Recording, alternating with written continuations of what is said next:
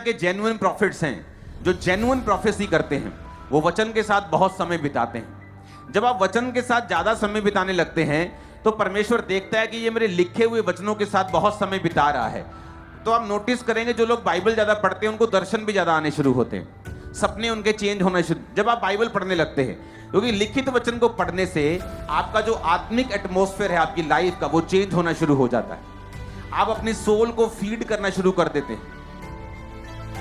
कई बार जब कुछ दिनों तक आप खाते नहीं, आपकी बॉडी में एक बेचैनी फील होती है, आपको कमजोरी फील होती है, क्योंकि आपने बहुत दिनों से खाया नहीं या आपने मिस कर दिया, आप बिजी हो गए। और उसी तरह से आत्मा की जो सोल है, जो आपकी स्पिरिट है, उसका खाना बाइबल है। कई बार आप बिजी हो गए और आपने बाइबल पढ़नी बंद कर दी, आप देखेंगे कि आपकी आत्मा में, सोल में एक अजीब सी बेचैनी होती है। वचन उसका खाना है। जब आप वचन को नहीं खाते, उसको फीड नहीं करते, एक अजीब सी बेचैनी आपकी लाइफ में रहती है। दूसरा, आप प्रभु से डिस्कनेक्टेड रहते हैं।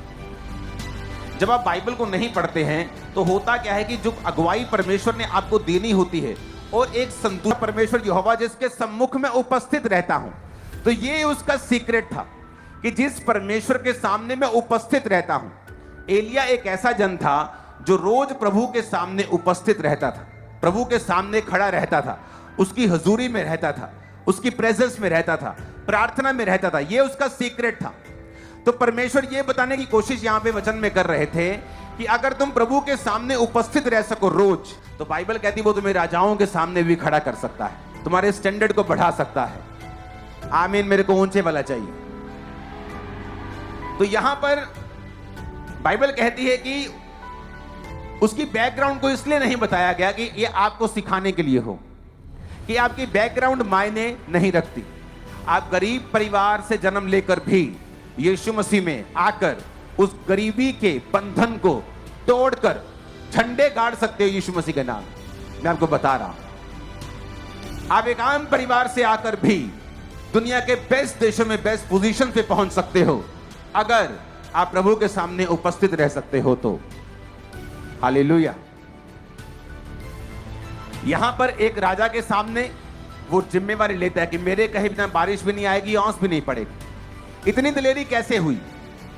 जबकि अगर आप आगे इसी एलिया की स्टोरी को आगे पढ़े, जब उसने बाल के नबियों को और अशेरा के नबियों को मार दिया, 850 नबी एक दिन में मारे गए, और उसके जाके अपनी पत्नी इजाबेल को बताया कि एलिया ने 850 नबियों को मार दिया है। तो उसने एक मैसेज भेजा एलिया को। उसने कहा, एलिया अगर शाम तक मैं तेरा हाल वही ना कर दूं, तो देवता मुझसे भी वही अधिक करे जो उनके साथ हुआ है। तो बाइबल कहती है एलिया भागा। अब क्यों भागा? जो राजा से नहीं डरा, इजाबेल से कैसे डर सकता है? जो फर्स्ट पावर से नहीं डरा, सेकंड पावर से कैसे डर सकता है?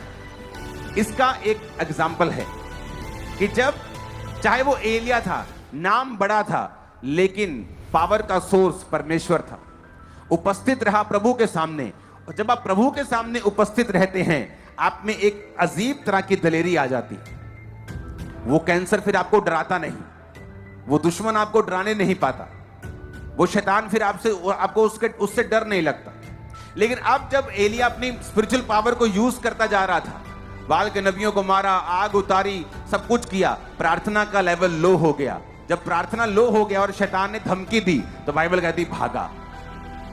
इससे क्या मालूम होता है कि आपकी लाइफ में ना तो बल से कुछ होगा, ना शक्ति से होगा, ना आपकी विल पावर से होगा, ना आपकी शारीरिक दलेरी से होगा। बड़े बड़े शारीरिक दलेर जब परमेश्वर के राज्य को जरूरत होती भाग जाते हैं। कौन टिका रहता है? जो स्पिरिट में, जो आत्मा में, जो प्रार्थना में स्ट्रांग है। हालेलुया।